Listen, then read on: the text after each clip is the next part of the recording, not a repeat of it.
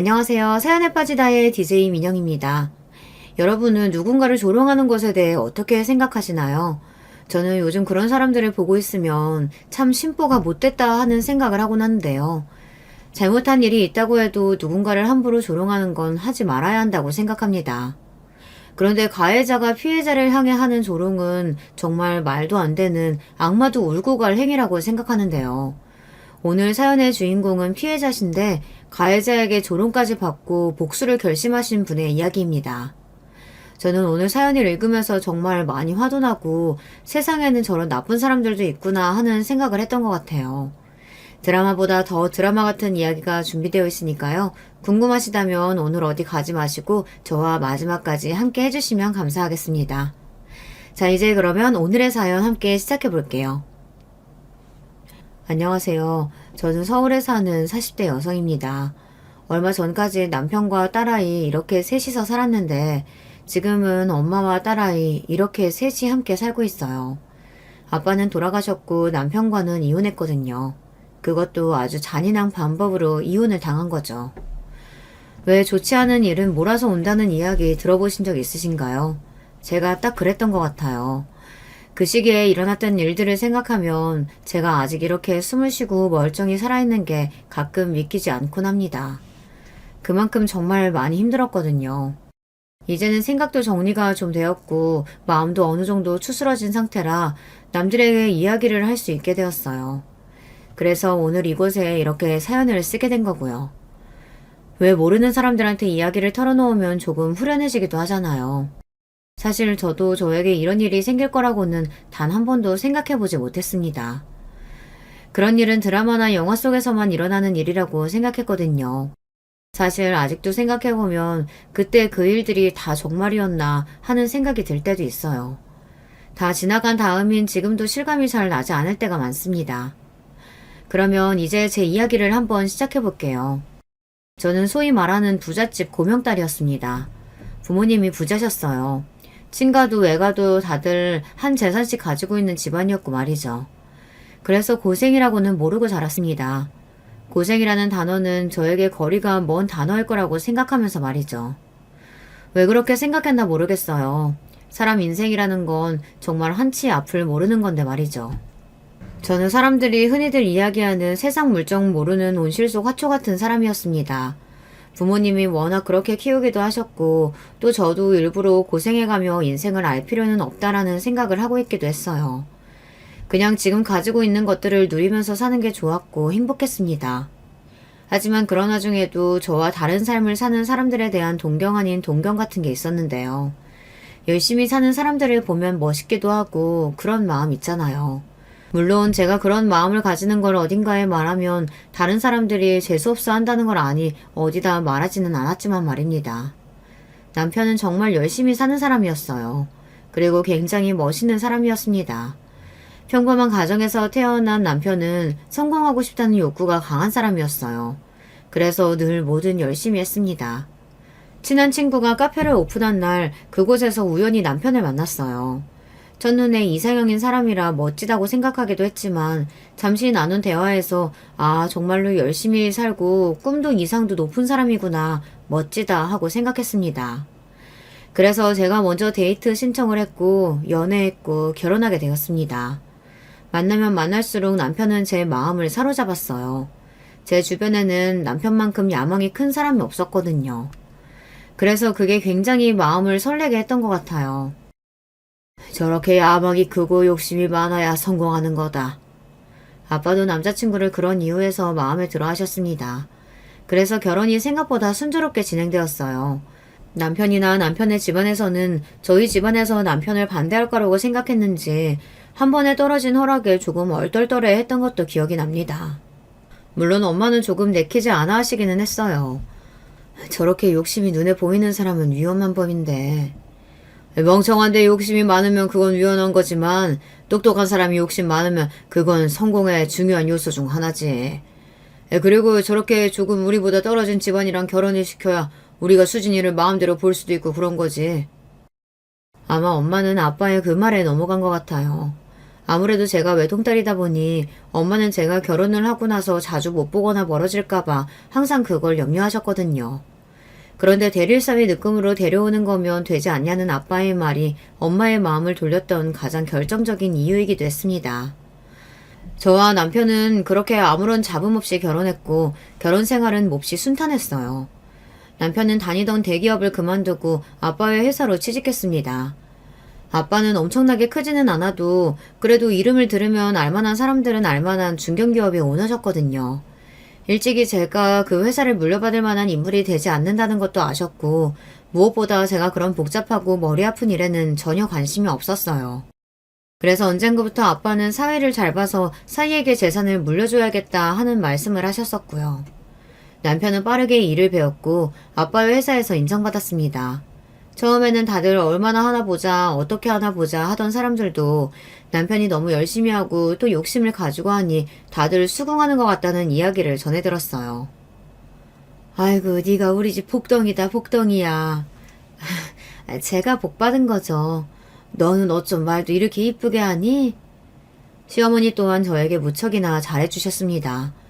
뭐 친구들은 그 정도 조건의 며느리를 데려간 데다가 자기 아들이 회사까지 물려받게 생겼으니 네가 죽으라면 죽는 식용이라도 해야 하는 거 아니냐고들 했지만 그래도 이러나 저러나 예쁨 받는 건 좋은 일이니까요. 남편하고 저도 사이가 굉장히 좋았습니다. 사람들이 선남선녀 부부라고 어디를 가나 칭찬을 했어요.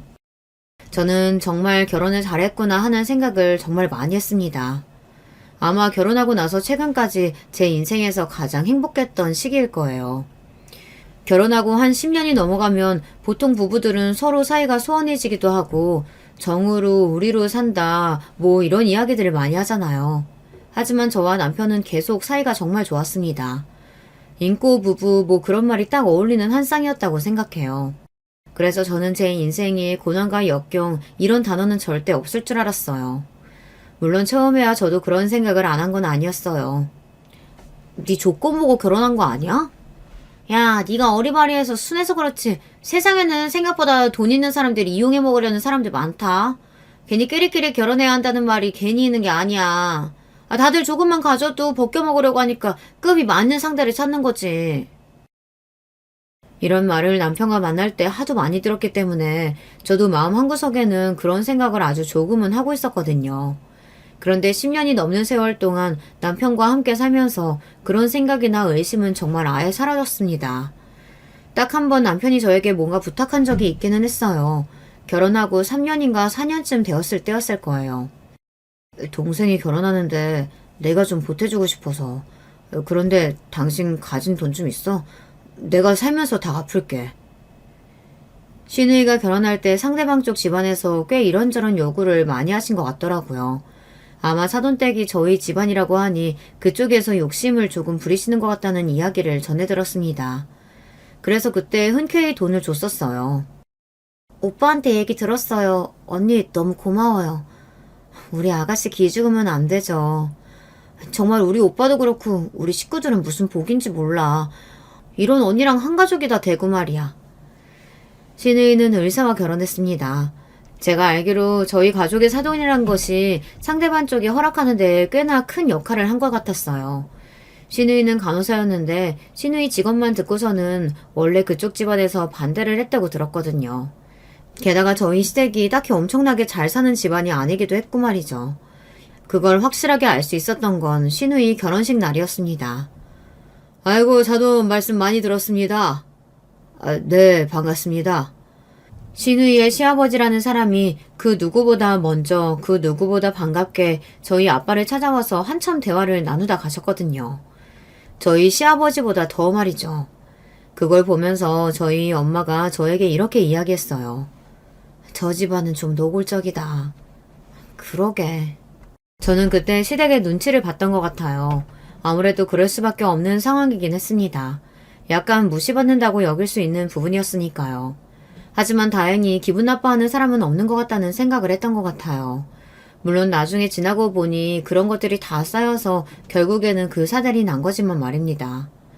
아이를 둘을 낳고 싶었지만 임신이 잘 되지 않았어요. 원래 제가 타고나길 몸이 약하게 태어난 데다가 예민하기도 해서 조금만 환경이 바뀌거나 스트레스를 받아도 크게 앓고 지나가곤 했거든요. 그런데 첫째를 가졌을 때 고생을 너무 많이 하고 힘들게 아이를 낳아서 그런지 저도 딱히 둘째를 그렇게까지 원하지는 않았습니다. 그런데 시어머니나 남편은 아들을 원했어요. 말하지 않아도 알 수 있는 부분들이 있었습니다. 아이고, 장군감이네. 가족들이 든든하겠어. 아들이랑 목욕탕 가고 이러면 좋지 않아요? 어디서 아들이 있는 부모를 만날 일이 있으면 그런 식으로 부러움을 꼭 표현했거든요. 그래서 저는 무리를 해서라도 둘째를 낳고 싶었지만 생기지 않았습니다. 병원에서도 딱히 문제는 없다고 했지만 말이에요. 나중에 생각해보니 엄마가 원하지 않아서 들어서지 않았나 하는 생각이 들기는 하네요. 그래도 우리 세 식구는 정말 행복했습니다. 남편은 저희 딸아이에게도 참 좋은 아빠였고 또 저에게도 더없이 좋은 남편이었으니까요. 영영 행복한 일만 가득할 줄 알았던 제 삶에도 불행이 찾아왔습니다. 너희 아빠가 암이란다. 저희 아빠가 시한부 선고를 받으신 겁니다. 정말 저는 엄청나게 무너져 내리는 것 같았어요. 저에게 아빠는 정말 크고 단단한 나무 같은 사람이었거든요. 언제 어디서든 그 자리에서 나를 지켜주고 언제나 거기 있을 것 같은 그런 존재 말이에요. 그런데 그런 아빠가 이 세상에서 사라질 수도 있다는 생각이 저를 굉장히 절망하게 만들었던 것 같아요. 얼마나 울었는지 모릅니다. 그리고 그때 옆에서 저를 지켜주었던 건 다름 아닌 남편이었어요. 남편이 아니었다면 저는 그때를 이겨내지 못했을 수도 있어요. 그때의 저를 버티게 해준 것도 남편이기는 하네요. 아빠가 돌아가시고 나서는 다른 의미로 남편이 저를 버틸 수 있게 해줬지만 말입니다. 아빠는 굉장히 많이 힘들어 하셨습니다. 그런데 아빠가 돌아가시기 직전에 저에게 굉장히 의미심장한 말씀을 하셨었어요. 수진아, 혹시 무슨 일 생기거든 오변호사 찾아가라. 알겠니? 무슨 일이라니? 나한테 무슨 일이 생길 게 뭐가 있어. 아빠나 빨리 일어나. 그때는 그냥 남겨질 저와 엄마를 걱정해서 하는 말이라고 생각하고 그냥 가볍게 넘겼습니다. 지나가 보니 그게 아니었지만요. 아빠는 그 말을 남기고 얼마 지나지 않아 돌아가셨어요. 한참 정신없이 장례를 치르고 있을 때였어요. 사실 그렇게 큰일을 겪고 충격을 받으면 장례식장에 누가 있는지 누가 없는지 그리고 누가 왔다 갔는지 이런 건 전혀 모를 수밖에 없거든요. 나중에 방명록 같은 걸 보고서야 알게 되는 거고요. 더구나 아빠는 발도 굉장히 넓으신 분이었고 그리고 사업을 하시는 분들이 되게 그렇듯 찾아오는 손님들이 너무 많았기 때문에 정말 정신이 없었습니다. 그런데 누군가가 저에게 말을 걸더군요. 사모님 안녕하세요. 그 인사에 고개를 들었습니다. 그곳에는 아는 얼굴이 서 있었어요. 유비서, 남편의 비서로 일하는 여자이자 저에게 틈틈이 남편의 소식이나 이런 일이 있어서 오늘 늦는다 뭐 그런 연락을 주었던 사람입니다. 그래서 안면이 있었어요. 아, 네. 와주셔서 감사합니다. 아니요, 당연히 와야죠. 그렇게 인사를 하는데 왜 그런 느낌 아시나요? 분명히 표정은 좋지 않고 나에게 위로를 전해주곤 있지만 묘하게 상대방이 기분이 좋아 보이는 느낌이요. 그때 제가 유비서에게 그런 느낌을 받았던 것 같아요. 그런데 말이 안 되잖아요. 회사에 오너 장례식에 왔는데 그 왜 기분이 좋냐고요. 그래서 그냥 내가 예민한가 보다 하고 대수롭지 않게 여겼습니다. 하지만 이상한 건 그뿐만이 아니기는 했어요. 오늘 사장님께서는 밤새 쉬긴 힘들 것 같아요. 회사에 중요한 일이 있어서요. 네. 네? 회장님이 돌아가셔서 회사에 처리할 일이 많으시거든요. 사모님은 잘 모르시겠지만 지금 회사 상황이 좋지도 않고요.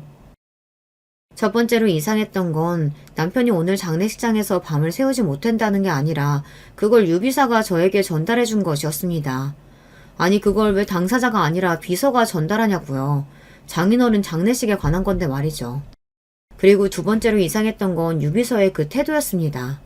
사모님은 잘 모르시겠지만 굳이 이런 말을 덧붙일 필요가 없잖아요. 저도 사업하는 아빠를 옆에서 보고 자랐습니다. 바쁘고 정신이 없을 때는 정말 집을 비우실 때가 많았기 때문에 그 정도는 저도 알고 있었어요. 그런데 굳이 그걸 저에게 이렇게 전달하는 게 저는 어떠한 의도가 있다고밖에 받아들일 수가 없었던 것 같아요. 그걸 왜 유비서가 전달해주죠? 직접 들으면 되는데. 아, 그렇네요. 제가 주제가 넘었습니다. 죄송합니다.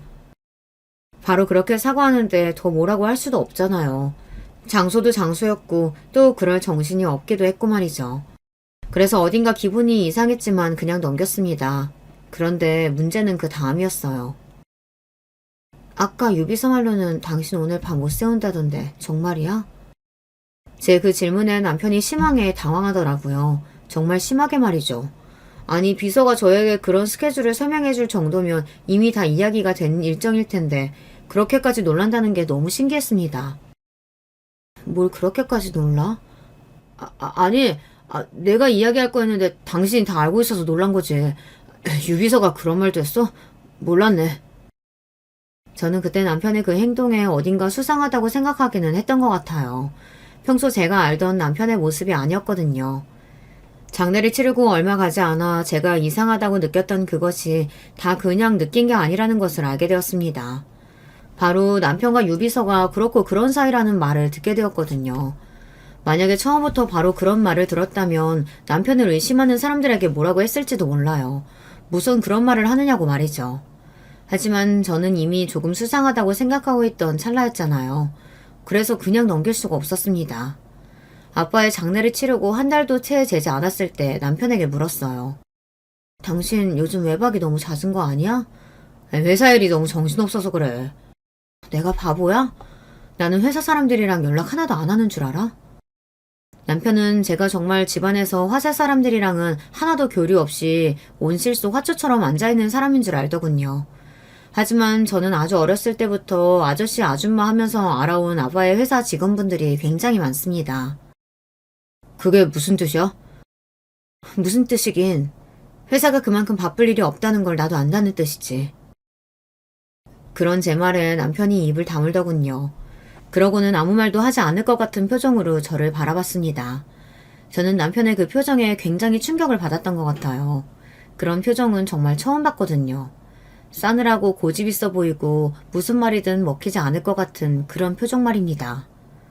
당신 유비서랑 무슨 사이야? 제 그 물음에도 남편은 아무 말도 하지 않고 빤히 저를 바라보기만 했어요. 저는 그 표정에서 알 수 있었습니다. 그 소문이 사실이라는 것을 말이죠. 그런 남편에게 제가 다시 한번 물었습니다. 이번에는 조금의 소리도 질렀어요.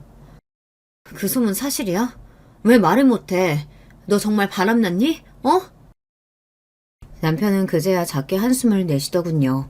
그리고 그 뒤로 남편의 입 밖으로 나온 모든 말이 저는 아직도 생생하게 기억납니다. 나 이제 너 필요 없어. 정확히 그렇게 이야기했어요. 나 이제 너 필요 없어 라고요. 어떻게 결혼해서 10년이 넘게 같이 산 배우자에게 이제 너 필요 없다는 말을 할 수가 있냐고요. 그리고 그동안 나랑 같이 살았던 이유는 순전히 필요에 의해서였다는 거잖아요. 사랑이고 뭐고 이런 감정도 하나도 없었고 살아오면서 쌓인 정도 하나도 없는 저에게는 다른 그 어떤 말보다 그 말이 가장 상처가 되었던 것 같아요. 아직도 그 말을 떠올릴 때마다 상처고 그리고 죽을 때까지 잊지 못할 것 같거든요. 뭐? 필요가 없어? 나 이제 당신 필요 없어. 이제 정말 사랑하는 사람이랑 살래. 그게 유비서라는 소리야? 그래 맞아. 그러니까 우리 이혼하자. 너무나 당연하다는 듯 정말 사랑하는 사람이라고 유비서를 표현한 것과 이혼하자는 그 말이 제 귀에 이명처럼 들려왔던 것 같아요. 정신이 하나도 없고 머리는 갑자기 아파오고 뭐 그런 기분이었습니다. 여기가 현실인지 아닌지 모르겠는 그런 기분 말이죠. 그대로 쓰러졌던 것 같아요. 저는 앞서 이야기했듯 몸이 약한 편이었기 때문에 픽픽 쓰러지는 일이 종종 있기는 했지만 그건 다 몸이 안 좋거나 더위를 먹었거나 뭐 그래서였지 그렇게 정신적으로 엄청난 충격을 받아서 쓰러진 적은 처음이었거든요. 그래서 드라마나 영화에서 배우들이 충격을 받고 쓰러지는 게 거짓말이 아니라 실제로 있을 수도 있는 일이라는 것도 그때 알았어요. 눈을 떠보니 소파 위더라고요. 그리고 남편은 집에 없었습니다. 아무도 없는 집, 불 꺼진 거실, 아바가 돌아가신 장례식장에서보다 더 많이 울었던 것 같아요. 슬퍼서도 슬퍼서였지만 그 엄청난 배신감에 눈물이 막 나왔어요. 남편은 단 한 번도 저를 사랑한 적이 없었고 사는 동안에도 가족으로서 정이 쌓인 적도 없었고 그리고 지금도 저에게 일말의 감정이 없다는 것을 내가 이 긴 세월 저 인간에게 속았구나. 그 배신감이 정말 말도 안 되게 컸던 것 같아요. 좋지 않은 일은 왜 한꺼번에 몰려오는 걸까? 그리고 그 개자식은 아빠가 돌아가신 지 얼마 되지도 않은 이때 꼭 그 이야기를 했어야만 했던 걸까? 정말 오만 가지 생각이 다 들었습니다. 그런데 저에게 닥친 불행은 그게 끝이 아니었어요. 울리는 전화벨에 누가 걸었는지 확인했습니다. 김이사라고 적혀 있었어요. 아빠 회사에서 저와 교류가 가장 잦은 입원분이었습니다. 받지 않을까 잠시 고민했지만 이 시간에 별일이 아닌 일로 저에게 전화를 걸어오실 분이 아니라는 걸 잘 알고 있었기 때문에 전화를 받았습니다. 그리고 김 이사님이 전해준 소식에 저는 다시 한번 정신을 놓을 뻔했어요. 알고 있었어요? 뭘요? 사장님이 회사 지분 다 물려받는 거. 네? 남편이 아빠의 지분을 다 물려받고 정식으로 회장으로 선임이 될 거라고 하더군요. 저는 어디서부터 어떻게 말을 해야 할지 몰라 어버버거리다 이 말을 했습니다. 안 돼요. 그 인간 바람나서 나한테 이혼하자고 하는데. 뭐라고요? 그러면 그 소문이 정말이라는 말이에요? 이미 회사에도 파다하게 나 있는 소문인 것 같더라고요. 그런 쪽으로는 느리신 김 이사님이 알 정도면 말입니다. 제가 아무 말이 없이 가만히 있자 김 이사님이 서둘러 이야기했어요. 아버지가 뭐 남기신 말 없어요? 남기신 말이요? 그리고 찬찬히 생각해봤습니다. 그런데 그 말이 번뜩 떠올랐어요. 혹시 무슨 일이 생기면 오 변호사를 찾아가 보라던 그 말 말입니다. 저는 일단 전화를 끊고 오 변호사님에게 전화해 내일 당장 만날 수 있냐고 물었습니다. 그랬더니 이렇게 말씀하시더군요. 회장님이 걱정하시던 그 일이 일어나나 보네요. 네, 내일 점심시간 이후로는 시간 다 괜찮으니까 편하실 때 오세요. 라고 말이죠. 아빠가 뭘 아셨는지 무슨 준비를 해놓으셨는지 빨리 알고 싶어서 바로 가겠다고 말했습니다. 그리고 다음날 오 변호사님에게 가기 전에 남편의 회사에 들렀어요. 할 말은 해야 하는 거잖아요. 이 시간에 회사에까지 무슨 일이야? 너 이 회사 네 거 되자마자 나한테 그 소리 한 거 맞지? 그걸 이제 알았냐? 참 똑똑도 하다. 인간이 어떻게 그럴 수가 있니? 어? 어떻게 이렇게 개새끼일 수가 있어? 그래, 나 개새끼 맞아. 근데 나도 그동안 많이 참았어. 사랑하지도 않는 여자 옆에서 1년 365일 24시간 비위 맞추고 혹시나 기분 나쁘게 하는 행동은 하지 않을까 전전긍긍하면서 눈치 보고. 나는 뭐 편한 줄 아냐? 그 여자는 내가 숨 쉴 수 있게 해준 여자야. 나를 편하게 해주는 여자라고. 나도 이제 그렇게 좀 살아야겠어. 기가 막혔습니다. 사랑하는 여자랑 살고도 싶고 회사도 가지고 싶은 그 욕심이 말이죠. 그러면 회사는 놓고 가야지. 우리 아빠 회사인데. 내가 왜? 내가 가질 수 있는데 왜 포기해야 하는데? 그리고 나도 이 회사 물려받기 위해서 그동안 개처럼 일했어. 자격 있다고. 더 이상 말이 통할 것 같지 않았습니다. 그 똑똑하고 믿음직했던 사람이 한순간에 이렇게 멍청한 개자식이 되었다는 것을 저는 믿을 수가 없었어요. 하지만 이게 실제 상황이었습니다. 믿어야만 했어요. 저는 반쯤은 멍한 얼굴로 화장실을 빠져나왔습니다. 그 앞에는 유비서가 앉아 있었어요. 그녀와 눈을 마주쳤습니다. 그러고는 믿을 수 없는 광경을 봤어요. 유비서가 싱긋하고 웃었거든요. 아주 상큼하게 말입니다. 이야기 다 끝나셨나 봐요? 그렇게 말하는 유비서, 아니 상간녀에게 저는 이를 꽉 깨물고 말했습니다. 이게 재밌나 봐요. 그러면 당연히 재밌죠. 제가 지금 인생 역전하게 생겼는데요. 뭐라고요? 제 말에 그 상간녀는 어깨를 한번 으쓱하더군요. 정말 주먹에 힘이 들어가는 기분이 들었습니다. 저도 모르게 말이죠. 그럼 이제 들어가세요, 사모님. 아니다, 아줌마. 뭐라고요? 아줌마요? 네, 아줌마. 제가 이제는 사모님이잖아요. 명백한 조롱이었습니다. 정말 명백한 조롱이었죠. 저는 지금도 이해할 수 없어요. 아니, 이해하고 싶지도 않고 말입니다. 불륜을 저지른 인간이잖아요. 게다가 저는 얼마 전에 아빠까지 돌아가셨고 거기에 아빠의 회사를 그대로 갈취당하게 생긴 피해자 말입니다. 그런 저에게 불륜한 당사자가 어떻게 감히 그런 조롱의 말을 할 수 있느냐는 말입니다. 얼마나 악한 사람이면 그럴 수 있는 거죠. 저는 상상조차 되지 않아요. 그들의 악한 그 마음이 말입니다. 거기서 울고불고 하는 것도 웃기고 그렇다고 머리채를 잡을 수도 없고 그대로 저는 회사를 나왔습니다. 그 뒤로 직원들이 수근거리는 소리들이 들려왔어요. 뭐 대부분 안쓰러워하는 반응들이기는 했던 것 같아요. 제가 얼마나 불쌍해 보였겠어요. 그리고 그게 일반적인 정상적인 반응이고 말이죠. 기운이 하나도 없는 얼굴로 오 변호사의 사무실로 향했습니다. 그러고는 아빠가 혹시나 몰라 준비해둔 이 일에 관한 이야기를 들을 수 있었어요. 겉으로 보기에는 지분을 다 물려주신 게 맞아요. 하지만 조건이 붙어 있습니다. 그걸 김 사장은 제대로 확인하지 않았고 보지도 않았죠. 그저 지분을 물려준다는 거에만 정신이 팔린 상태였거든요. 게다가 회장님 지분은 그게 다가 아니기도 하고요. 그러면 아빠 회사가 그 자식한테 안 넘어간다는 말인가요? 네, 안 넘어가는 건 물론이고 땡전 한 푼 없이 쫓아낼 수 있습니다.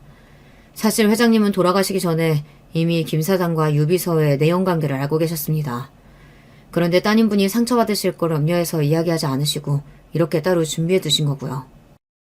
그제야 아빠가 왜 돌아가시기 직전에 그런 말씀을 하셨는지 알겠더라고요.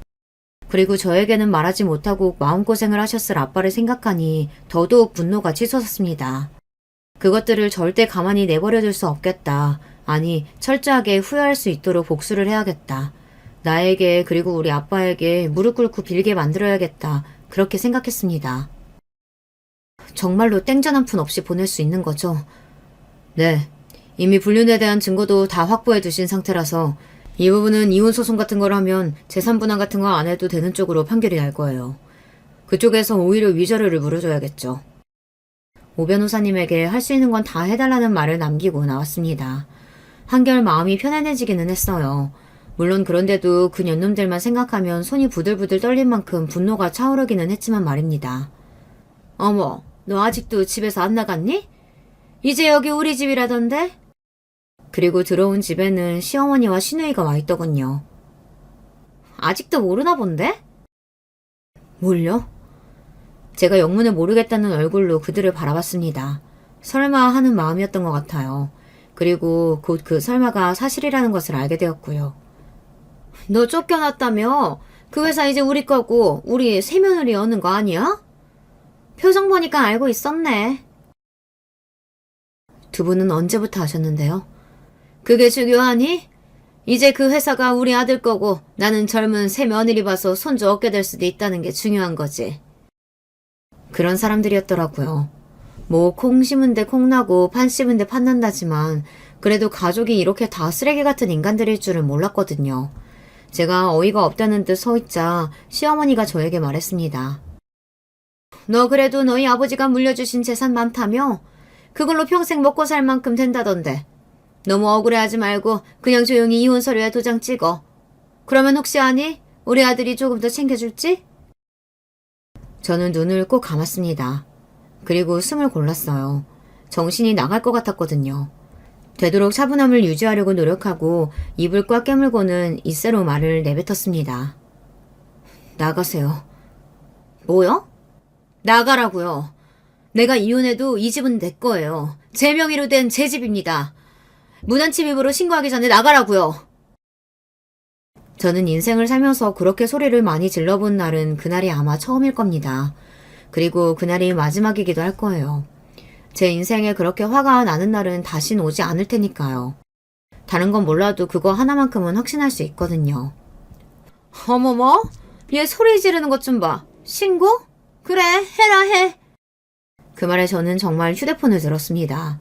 그리고는 112를 눌렀어요. 그러자 시어머니와 시누이 두 사람은 정말로 제가 신고할 거라는 걸 알았는지 이렇게 말하고서 서둘러 줄행랑을 치더군요. 그 모습이 역겹고 추했습니다. 야, 너 우리한테 막대하면 내 아들한테 얘기해서 위자료 많이 주지 말라고 할 거야. 너 우리한테 이러면 안 된다? 지가 아직도 회장님 딸인 줄 아나. 아직 정신 못 차렸네 못 차렸어. 그러면서 서둘러 나가더군요. 그러고는 소파에 앉았습니다. 잠을 제대로 자지 못했기에 그런지 온몸을 누가 바닥으로 끌어당기는 것 같은 느낌을 받았어요. 무리를 하기는 했지 하는 생각에 그대로 눈을 감았습니다. 괜찮아? 그리고 정신이 들었을 때 엄마가 눈앞에 있었습니다. 엄마는 굉장히 침울한 얼굴을 하고 있었어요. 그런 엄마의 얼굴을 보고 알 수 있었습니다. 아, 엄마도 다 알고 왔구나 하는 사실을 말이죠. 이 일이 끝날 때까지 엄마만은 모르게 하고 싶었거든요. 그렇잖아요. 남편을 잃은 지 얼마 되지도 않았는데 이런 일이 있다고 하면 얼마나 슬프고 절망적이겠나요. 그래서 엄마가 알고 있다는 사실에 다시 한번 슬픔이 밀려왔던 것 같아요. 김이사랑 오 변호사한테 다 들었다. 우리 딸 괜찮아? 엄마의 그 말에 너무 많이 울어서 말라버린 줄 알았던 눈물이 다시 볼을 타고 흘렀습니다. 엄마도 그런 저를 보며 울기 시작했고요. 그렇게 엄마와 저는 한참 끌어안고 울었어요. 엄마는 본인도 서럽게 울면서 내내 제 등을 쓸어주며 괜찮다, 다 괜찮아질 거다 라는 말만 반복했습니다. 아직도 그 순간을 생각하면 눈물이 나네요. 그리고 다시 그 순간의 분노가 생각나기도 하고요. 엄마는 오변화 스님께 다시 회사를 돌려받을 수 있다는 것과 아빠가 그 모든 사실을 알고 계셨다는 것까지 모두 다 듣고 오신 다음이었어요. 니네 아빠 불쌍해서 어쩌니 너도 불쌍해서 어쩌니 하며 한참을 우셨으니까요. 걱정하지 마.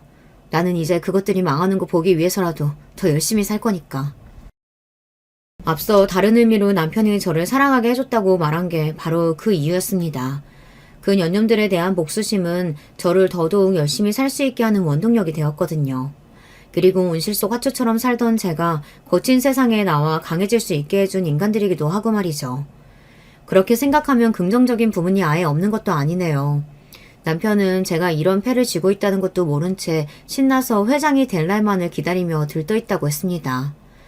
그리고 당연히 집에는 들어오지 않았고요. 듣자 하니 그 여자 집에서 생활한다더군요. 낯이 얼마나 두꺼우면 그럴 수 있는지 모르겠습니다. 모든 직원이 자신을 보고 수근거리고 손가락질을 하는 것도 다 이겨낼 정도의 사랑인가. 그렇다면 언제까지 그 사랑만으로 다 이겨낼 수 있을지 지켜보겠어. 뭐 이런 생각이 들기도 했던 것 같네요. 이혼 서류를 들고 그 여자가 찾아왔습니다. 저는 그 서류에 도장을 찍어줄 생각이 없었어요. 곧 남편에게 속장이 갈 예정이었으니까요. 빨리 정리하는 게 좋지 않을까요? 시끄러워져봤자 어차피 더 가져가실 것도 없고 그리고 따님분 교육에도 좋지 않을 거 아니에요.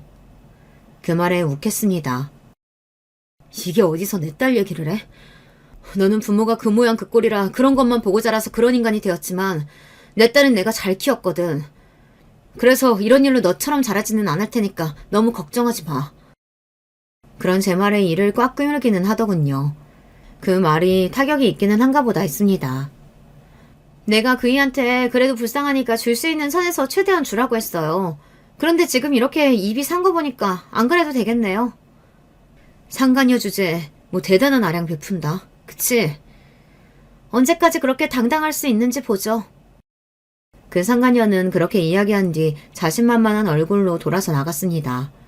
앞으로 자신에게 일어날 일을 꿈도 꾸지 못한 채 장밋빛 미래만을 꿈꾸면서 말이죠. 그리고 며칠 뒤 소송장과 내용 증명이 남편 앞으로 갔다는 이야기를 들었습니다. 변호사님께 그 이야기를 듣고 1시간이 채 되지 않아 남편에게 전화가 왔어요. 저는 웃으며 그 전화를 받았습니다. 남편의 절망을 생각하면 웃음밖에 나오지 않았거든요. 이게 뭐야? 한글 읽을 줄 몰라? 뭐긴 뭐야. 너 빈털터리로 쫓겨나게 됐다는 내용이지. 그러니까 어떻게 이럴 수 있냐고. 이게 도대체 어떻게... 우리 아빠가 너 뒤에서 딴짓하는 거 다 알고 계셨더라고. 내가 상처받을까봐 모르는 척 하시고선 언젠가 이런 일이 일어나면 너 알몸으로 내보낼 수 있게 정말 완벽하게 준비해 주셨더라고. 우리 아빠 똑똑하고 철저하신 분인 거 네가 같이 일해봤으니까 더 잘할 거 아니야. 아니, 이게 어떻게... 말도 안 돼. 그게 현실이니까 받아들이고 당장 짐 싸서 나가, 이 개새끼야. 그렇게 말하고서는 전화를 끊었습니다. 그리고 남편은 여기저기 회의하고 알아보고 난리를 쳐대는 것 같았지만 결과는 달라지는 게 없었어요. 법적으로 깔끔하게 남편은 그 회사에 소유권이 없었고 돈 한 푼 받지 못하고 그대로 쫓겨날 신세가 되었으니까요. 그리고 그 소식은 회사를 한번 싹 쓸고 지나갔다고 했습니다. 모든 회사 직원이 그 두 사람을 고소해야 하면서도 앞으로 우리 회사는 어떻게 될 건지 걱정했다고 하더군요. 직원들 처지에서는 그럴 수밖에 없기는 했을 것 같아요. 원래 회장님이 돌아가시고 그 사이가 회장이 되고 쫓겨나고 오너가 없는 상태에서 외부에서 태풍이 몰아치고 있었으니까요. 저랑 친하게 지냈다던 그 김 이사님은 사내에서도 온화하면서 일 잘하기로 소문난 분이셨습니다. 그래서 내부에 따르는 직원이 많은 걸로 알고 있었고요. 저는 정중하게 회상직을 부탁드리기 위해 다음날 바로 회사로 찾아갔어요. 그리고 부담스러워하시는 분을 설득해 전문 경영인 체제로 전환해 회사 운영을 맡아주시기를 약속받았습니다.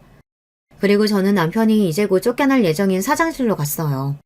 회장실로 자리를 옮기기 위해 싸둔 짐이 보였습니다.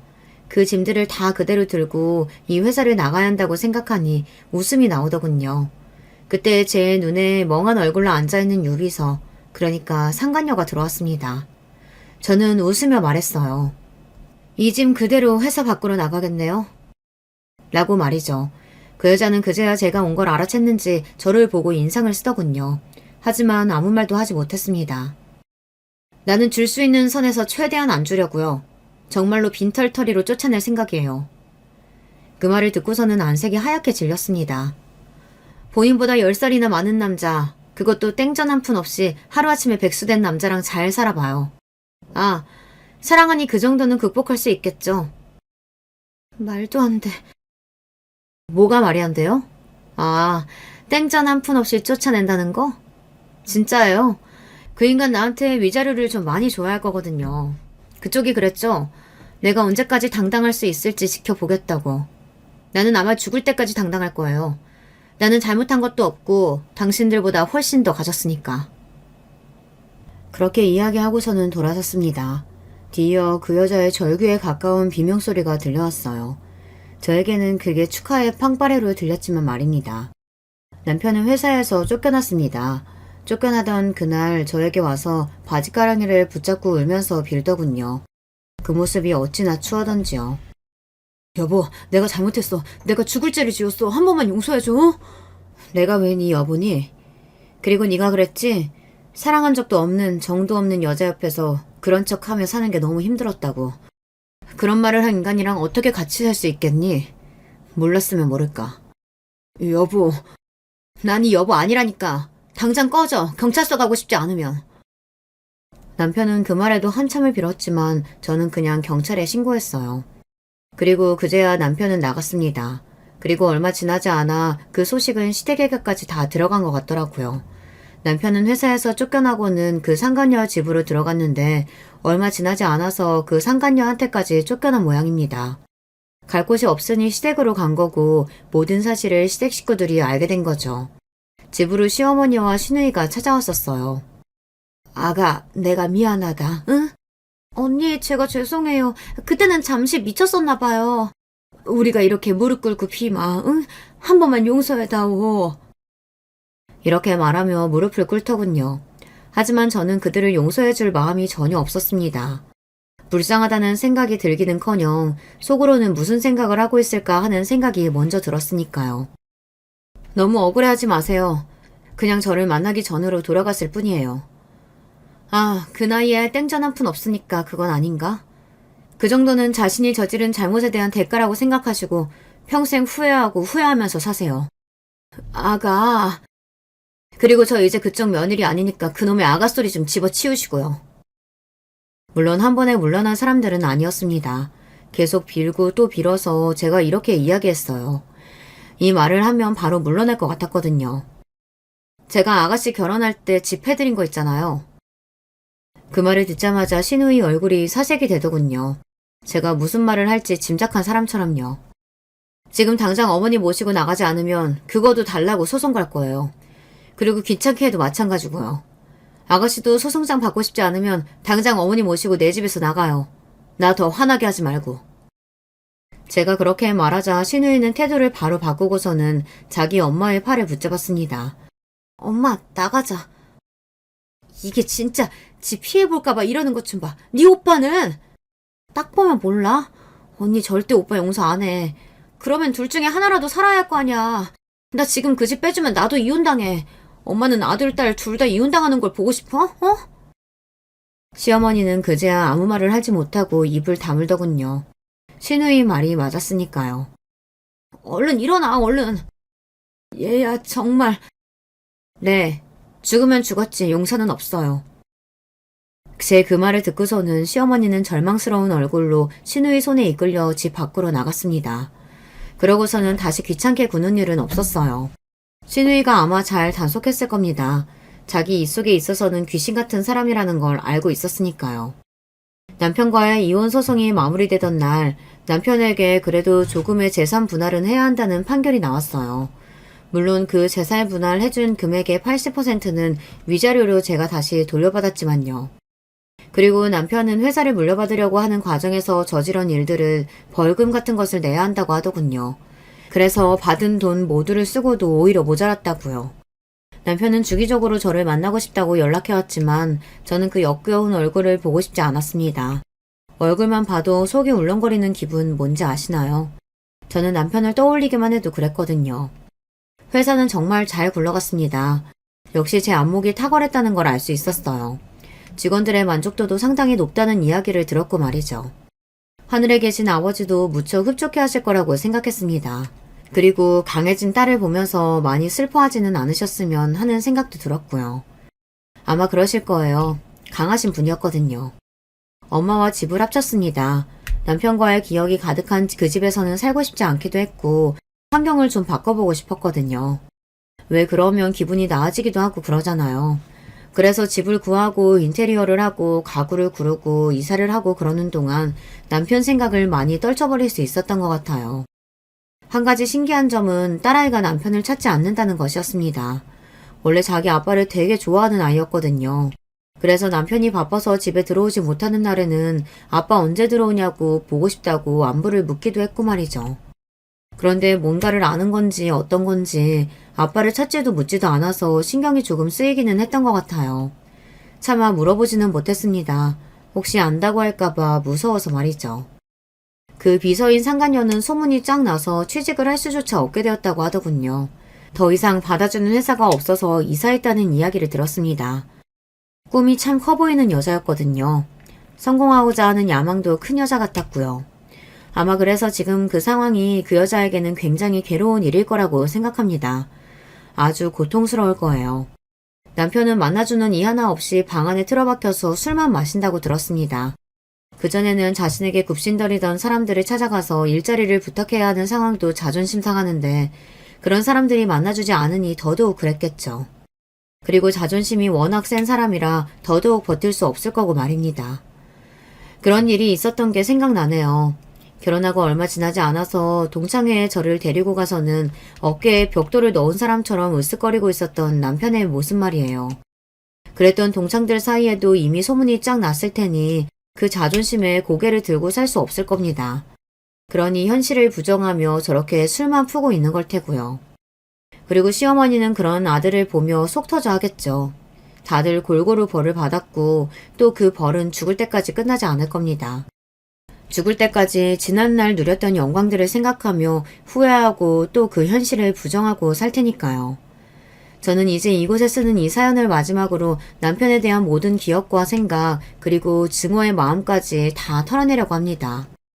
아예 제 인생에서 없었던 사람처럼 만들고 싶지만 딸아이를 생각하면 그럴 수만은 없으니 그냥 죽었다고 생각하고 살려고요.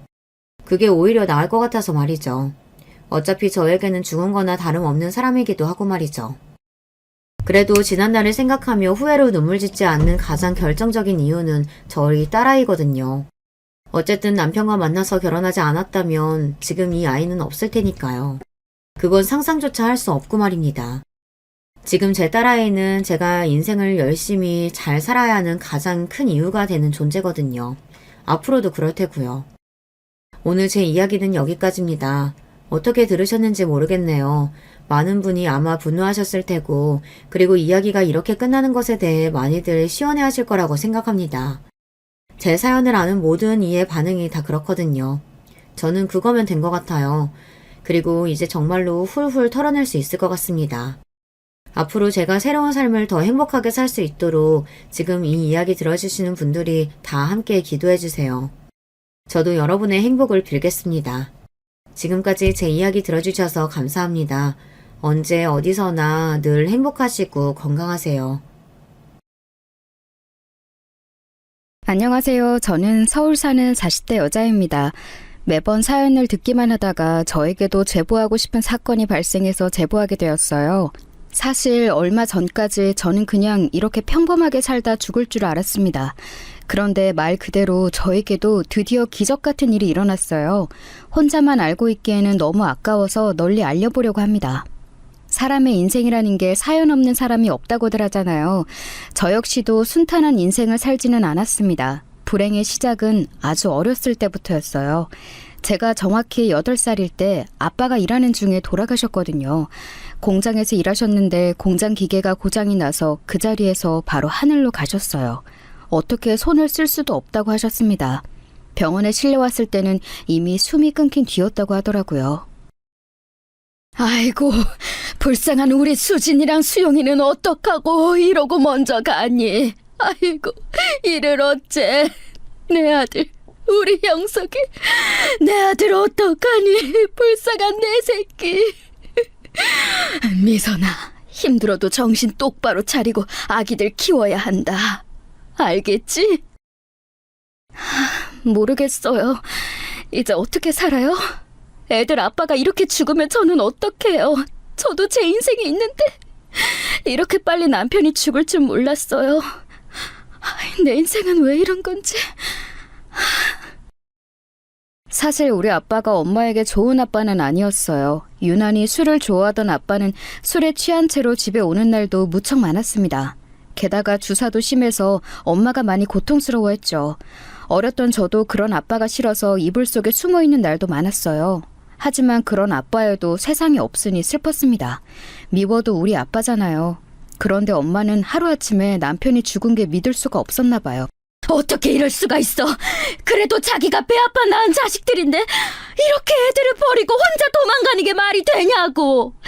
그럼 애들은 어떡하라는 거야? 저렇게 무책임하게 자기 새끼들을 버리고 갈 수가 있는 거야? 엄마, 나 분명히 말할게요. 나는 수진이랑 수영이 절대 우리 집에서 못 키워요. 남편 눈치가 보여서라도 절대 안 돼요. 애들 사정은 안타깝지만 저는 애들 못 데려가요. 나도 지금 애들 엄마 눈치가 보이는데 마음 같아선 내가 키우고 싶어도 이게 사정이 안 좋아서. 우리 집은 작아서 지금 애들 데려가도 재울 곳도 없어. 형순이 그렇게 안 봤는데 무서운 사람이었네. 이렇게 애들만 놓고 새벽에 도망을 가다니. 세상에 믿을 사람이 없구만. 그럼 어쩔 수 없으니 내가 당분간 애들을 맡을게. 그런데 내가 사는 마을에 고등학교가 없잖니. 그때는 너희가 돌아가면서 애들을 맡아야 해. 애들 학교는 졸업해야 하지 않겠냐? 그건 너희 둘이 상의해서 해결해라. 우리는 안 된다고 했잖아요. 엄마는 나 키우면서 매번 오빠들만 공부시키고 그랬으면서 나한테 애들을 맡기고 싶어요? 오빠도 너무하네. 오빠들은 지원을 그렇게 받아놓고 큰오빠가 죽었다고 오빠는 조카들을 모른 척해?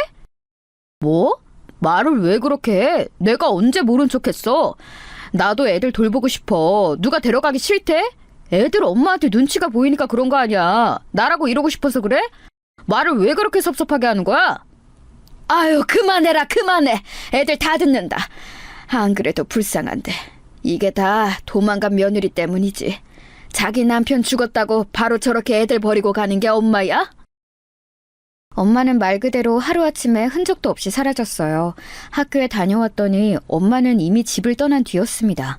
저나 동생에게 그 어떠한 언질도 없었고 무언가를 남기지도 않았어요. 그냥 진짜 자기 몫을 챙겨서 우리를 떠났습니다. 그렇게 엄마가 떠나고 우리의 거처가 문제가 되었어요. 저는 겨우 학교에 들어간 지 얼마 되지 않았었고 동생은 이제 겨우 3살이었거든요. 아빠의 형제라고는 고모와 작은아빠가 전부였는데 둘 다 노골적으로 우리를 데려가지 않으려고 했습니다. 결국 우리 자매는 할머니와 함께 살게 되었어요. 수진아, 수영아, 이제 너희는 할머니랑 여기서 살 거야. 아유, 불쌍한 내 새끼들. 원래 살던 곳보다 많이 시골이지만 어쩔 수 없다. 수영이는 아직 어려서 그렇다 쳐도 수진이는 학교에 가야 하는데 아휴, 가만히 있어보자.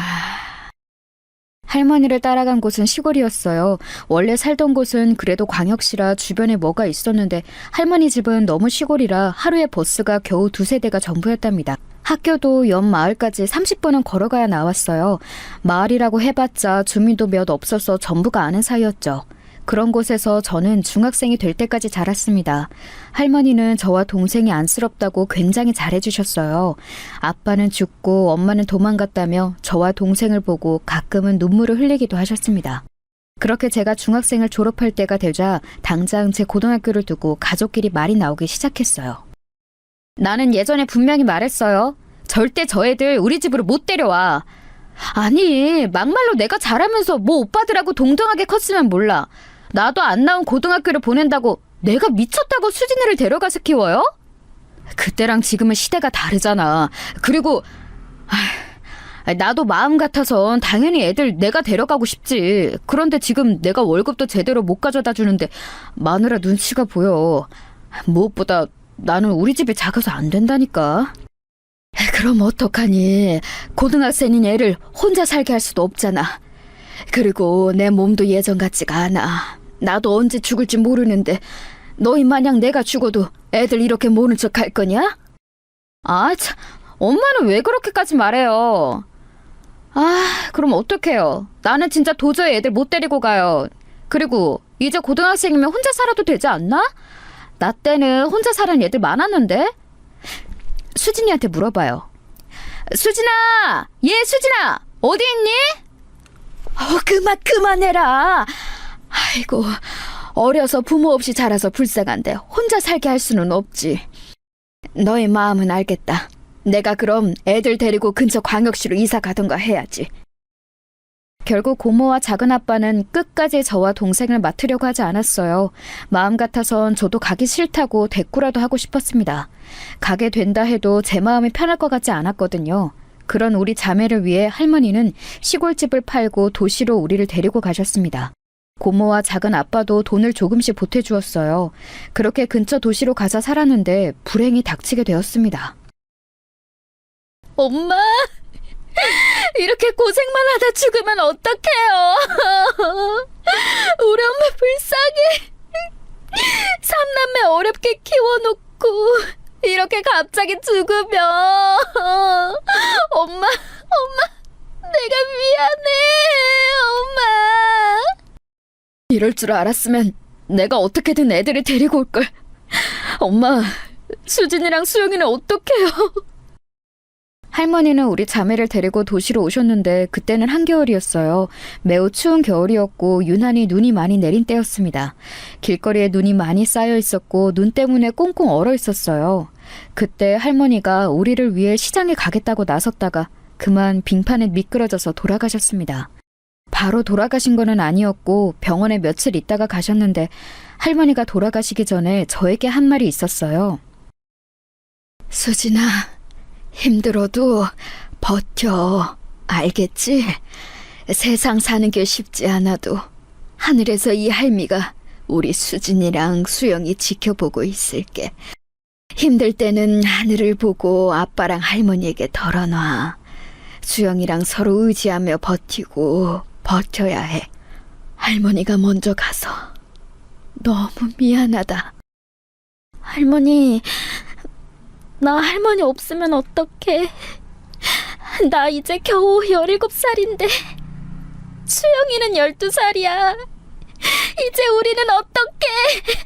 할머니, 죽지 마. 할머니, 내가 미안해. 내가 잘할게. 제발 할머니. 제발. 나 할머니 없이 못 살아. 미안하다, 수진아. 옷장 밑에 이불 뒤져봐. 할머니가 비상금으로 모은 돈이 있어. 그거 절대로 고모랑 작은 아빠한테는 말하지 마. 알겠니? 미안해. 할머니가 그렇게 돌아가시고 아주 정신없이 장례를 치르고 나니 현실이 보였어요. 우리 자매를 고모와 작은아빠는 절대로 데리고 가지 않겠다고 저를 앉혀놓고 말하더라고요. 순간 속에서 울컥하는 마음이 들어 그때 확실히 말했습니다. 네, 고모랑 작은아빠네 집에는 저도 가기 싫어요. 우리 수영이를 보낼 수도 없어요. 가서 애가 얼마나 눈치를 보겠어요? 그러니까 저도 이제 친척은 없다고 생각할 테니 고모랑 작은아빠도 절 찾지 마세요. 뭐? 참나, 뭐 이런 게 다 있어? 도망간 새언니를 똑 닮았네. 아, 눈빛 좀 봐. 오빠, 잘 됐다. 우린 이제 얘네한테 신경 안 써도 되겠어. 그래, 너희 동생 데리고 둘이 잘 살아. 힘들다고 찾아와도 빌려줄 돈 없으니까. 수진아, 우리가 절대 일부러 그러는 건 아니야. 고모랑 작은 아빠도 당연히 너희 안타깝게 생각해. 그런데 현실이 이러니 어쩔 수가 없다. 너무 원망스럽게 생각하지는 마. 알겠니? 원망스럽게 생각 안 해요. 수영이랑 어떻게든 둘이 서로 의지하며 살 테니까 저희 찾지 마세요. 저도 우리 자매를 두고 그렇게 두 분이 서로 싫다고 싸우는 거 보기 힘들어요. 당돌하게 말하면서 사실 속으로는 얼마나 떨었는지 몰라요. 그래도 이렇게 털어놓으니까 마음은 참 편하고 좋았습니다. 이때 이후로 실제로 고모와 작은아빠는 우리 자매를 찾아오지 않았어요. 할머니가 돌아가시며 남겨준 금액은 아주 소액이었습니다. 옷장 밑에서 돈 봉투를 꺼냈을 때 그래도 우리 자매를 생각하며 조금씩 모았을 할머니를 생각하니 눈물이 나왔어요. 아니, 수진아, 정말 자퇴할 거니? 네 사정은 알겠지만 학교 끝나고 아르바이트 해도 되지 않을까? 꼭 자퇴까지 해야 하는 거야? 수진이 너 성적도 좋고 선생님이 참 안타까워서 그래. 제가 만약 혼자였으면 학교는 어떻게든 다녔을 텐데 동생이 있어서요. 제가 수영이 먹여 살리려면 학교를 그만두고 돈을 벌어야 해요. 그동안 제 편이 많이 봐주셔서 감사했습니다. 할머니가 돌아가신 후로 저는 몇 날 며칠을 혼자 생각했어요. 그리고 결론을 내렸습니다. 제가 학교를 그만두고 일하는 것이 우리 자매에게 가장 좋은 선택이었죠. 자퇴하고 저는 바로 동네에 있는 백반집에 취업했습니다. 할머니와 종종 자주 가던 곳이라 이미 단골이었던 가게였어요. 사장님이 좋은 분이라 제 사정을 알고 바로 고용해 주셨습니다. 식당 일이라는 게 진짜 힘들었지만 사장님이 제 편의를 많이 봐주셨어요. 그래서 성인이 될 때까지 쭉 그 식당에서 일할 수 있었습니다. 그리고 저는 성인이 되고 그 식당에서 남자를 만나 첫 연애도 하게 되었어요. 같이 일하던 직원이었는데 저를 많이 챙겨주어 사랑에 빠지게 되었습니다. 그 사람의 이름은 진석이었고 저보다 4살 많은 오빠였어요. 수진아, 오빠가 집에 가서 수영이랑 먹으라고 사과 샀어. 가져가서 챙겨 먹어. 너 너무 안 먹어서 뼈밖에 없어. 볼 때마다 걱정돼. 저번에 보니까 수영이가 사과를 참 좋아하더라. 가서 같이 먹어. 아, 오빠 너무 고마워요. 이렇게 우리 자매 챙겨주는 건 오빠밖에 없어. 친척들도 나랑 수영이 아예 연락 끊고 보러 오지도 않거든. 도망간 엄마는 당연히 소식이 없고. 항상 오빠한테는 고마운 마음뿐이야. 에이, 아니야. 내가 뭘 했다고. 수진아, 내가 대학 졸업하면 우리 결혼하자. 장난으로 하는 말 아니고 가볍게 하는 말도 아니야. 나는 수진이 네가 이렇게 고생하면서 동생 혼자 키우는 거 옆에서 보면서 얼마나 기특한지 몰라. 너 같은 여자와 평생을 함께 할 수 있다면 얼마나 행운일까? 오빠, 진심이에요? 나야 당연히 오빠랑 결혼하면 너무 좋지. 그런데 오빠 부모님이 반대하지 않을까요? 오빠가 오빠 입으로 3대 독자라고 했잖아요. 특히 어머님이 오빠 사랑이 엄청나다고 했고. 결혼이라는 게 우리만 좋다고 되는 게 아니잖아요. 저는 조금 걱정이 돼요. 에이, 그게 걱정이야? 우리 엄마가 나를 많이 아끼고 사랑하긴 하지만 그렇다고 사람이 나쁘거나 그렇진 않아. 그러니까 그런 걱정은 하지 마. 부모님 설득이야. 그건 내가 알아서 할게. 수진이, 너는 오빠만 믿어. 저는 진석 오빠가 우리 집에 와서 남자가 필요한 순간에 많이 도와주기도 했고 평소에 워낙 저뿐만이 아니고 동생까지 잘 챙겨줘서 오빠와 진심으로 결혼하고 싶었어요. 제가 어렸을 때부터 아버지는 일찍 돌아가시고 엄마는 우리를 놓고 도망가고 할머니도 돌아가신 후로 친척들과 왕래가 끊겼잖아요. 그래서 가족에 대한 열망이 매우 심했답니다. 그래서 온전한 가정을 이루고 싶은 소망이 매우 큰 상태였어요. 그래서 진석 오빠가 저에게 결혼하자 했을 때 얼마나 기뻤는지 모릅니다. 그런데 제 걱정은 현실로 나타났어요. 야, 이년아, 네가 수진이? 너 우리 아들 도대체 어떻게 꼬셨어? 고등학교도 졸업 못 해놓고 감히 대학 난 우리 아들하고 결혼하려고 해? 너랑 결혼하겠다고 우리 아들이 집에서 얼마나 난리가 났는지 알아, 어? 부모도 없으면서 우리 아들하고 무슨 결혼이야? 잠시만요. 이거 놓고 얘기하세요. 머리 놓고 얘기하시라고요. 살려주세요. 도와주세요. 사장님, 저기 아줌마, 왜 우리 직원한테 행패를 부리고 그러세요? 머리 놓으세요. 계속 이러시면 경찰 부를 거예요? 경찰? 불러. 나야말로 경찰에 신고하고 싶어서 그래요. 인연이 감히 3대 독자 우리 아들을 꼬셨다니까? 별 볼 일도 없는 주제에 무려 대학까지 나온 우리 아들하고 결혼하려고 하잖아. 양심 어딨어? 진석 오빠의 어머니는 오빠가 결혼 얘기를 꺼내자 제가 일하던 식당에 찾아와서 행패를 부리기 시작했어요. 손님들이 다 쳐다보고 사장님이 나서서 말려도 들은 척도 하지 않았습니다. 너무 놀라서 눈물도 나오지 않았고 그냥 어안이 벙벙했어요. 현실이라고 믿을 수가 없었죠. 문제는 진석 오빠의 엄마는 이런 행동을 주기적으로 반복했다는 점이었습니다. 계속 찾아와서 장사가 안 될 정도로 행패를 부리니 사장님이 많이 곤란해하셨어요. 저도 일하다 그 아줌마가 보이면 도망가기 바빴습니다. 저를 보면 일단 머리채를 잡으니 어쩔 수가 없었죠.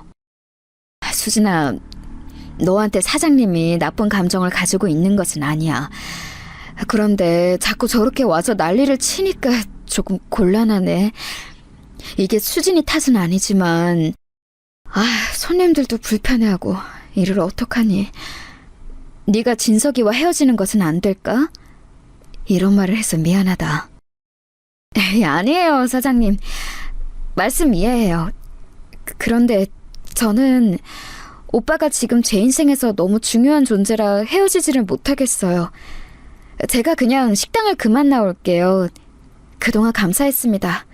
사장님 아니었으면 제가 어떻게 미성년자 때부터 일하고 동생을 키웠겠어요. 네 선택이 그렇다면 어쩔 수 없지. 우리 수진이는 일도 잘하고 예쁘고 똑똑하니까 어디 가서도 잘할 거야. 혹시라도 나중에 결혼할 마음이 들지 않거나 헤어지면 언제든지 우리 식당으로 다시 와서 일해. 알겠지? 결국 저는 반복되는 아줌마의 행패에 일하던 식당도 그만두게 되었습니다. 사실 아줌마의 영업방해도 그랬지만 제가 그만두게 된 다른 이유도 있었어요. 수진아, 내가 아빠한테 말했는데 아빠는 나보다 네 걱정을 하시더라. 엄마만 설득하면 되니까 그건 걱정하지 마. 이런 시련과 고난이 끝나면 우리는 분명히 더 행복하게 살 수 있을 거야. 그러니 절대 안 좋은 생각은 하지도 마. 그래? 그래도 아버님이 그렇게 생각하시니 다행이다. 오빠, 나는 어렸을 때부터 너무 불행하게 살아서 내 뱃속의 아이는 꼭 지키고 싶어. 우리 아이 낳아서 수영이까지 데리고 행복하게 살자. 당연하지. 우리 아이도 그리고 수영이도 내가 어떻게든 지켜낼 거야. 그러니까 오빠만 믿어. 내가 너 결혼하면 고생이라는 거 절대 모르게 할 거야. 사실 저는 결혼 허락을 완전하게 받기 전에 임신한 상태였어요. 계획에 없던 임신이었고 그래서 오빠가 더 결혼을 서두르기도 했죠. 시어머니의 성격을 이미 아니까 오빠는 일부러 어머니께 말씀드리지 않았어요. 지우라고 할 게 뻔해서 지울 수 없을 때까지 견디자고 했죠. 아버님은 어머님과 완전히 다른 분이라고 오빠는 말했습니다. 그러면서 제 임신 소식을 아버님한테만 살짝 말했다고 했어요. 그리고 마침내 제 임신 개월수가 8개월이 되었을 때 시어머니는 제 임신 소식을 알게 되었습니다. 야, 이년아! 너 내 아들 인생 망치게 하려고 작정했지? 그것 내 아들의 아이 맞아? 아니지? 인생 망치라면 혼자 망쳐야지. 왜 내 새끼를 꼬셔서 이 사단을 만들어? 어머니! 이거 놓으세요! 왜 자꾸 저만 보면 일단 머리를 잡고 그러세요? 오빠 살려줘! 일단 놓고 얘기하세요. 왜 이러시는 거예요? 엄마, 일단 진정해봐.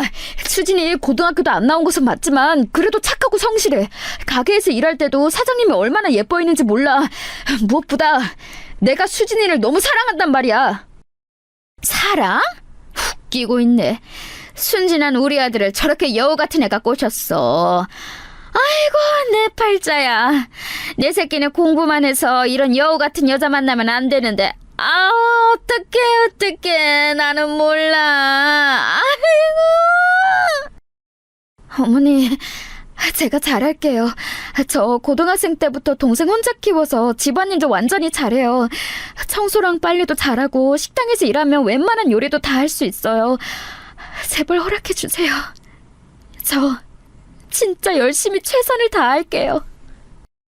시어머니는 제 임신 소식을 알고 동생과 둘이 살던 반지하 단칸방으로 찾아오셨어요.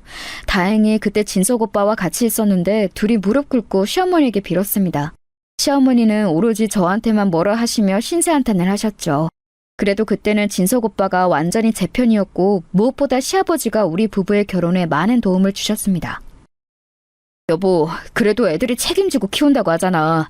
이렇게 어른이 되는 거야. 당신이 원하는 며느리가 아닐 수도 있지만 세상 일을 어떻게 마음대로 되겠어.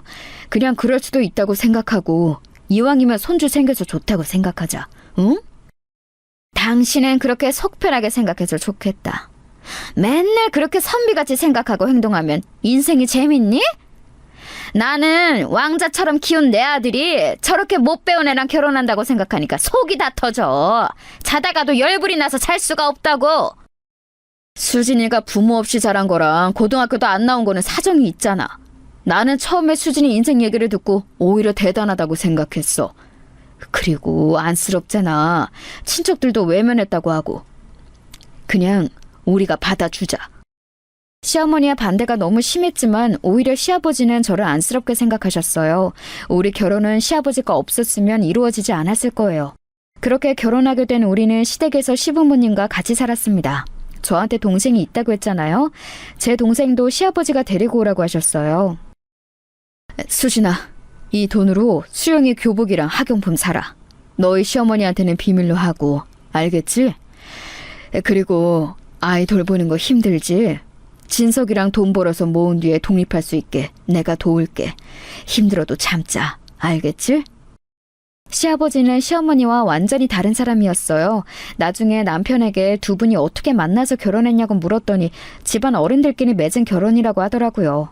어쩐지 저런 인격적으로 훌륭한 분이 시어머니와 연애해서 결혼할 리는 없다고 생각했죠. 시아버지가 아무리 저를 저렇게 챙겨주었어도 시어머니의 시집살이는 피할 수가 없었습니다. 지금 가만히 소파에 앉아서 쉴 생각이 나니? 빨리 바닥 쓰고 닦고 해야지. 그리고 시장 가서 장도 봐오고 할 게 산더미처럼 있는데 어떻게 그렇게 소파에 퍼질러 앉아서 쉴 생각을 해? 네가 제정신이야? 화장실 청소하고 힘들어서 잠깐 쉬고 있었어요. 죄송해요.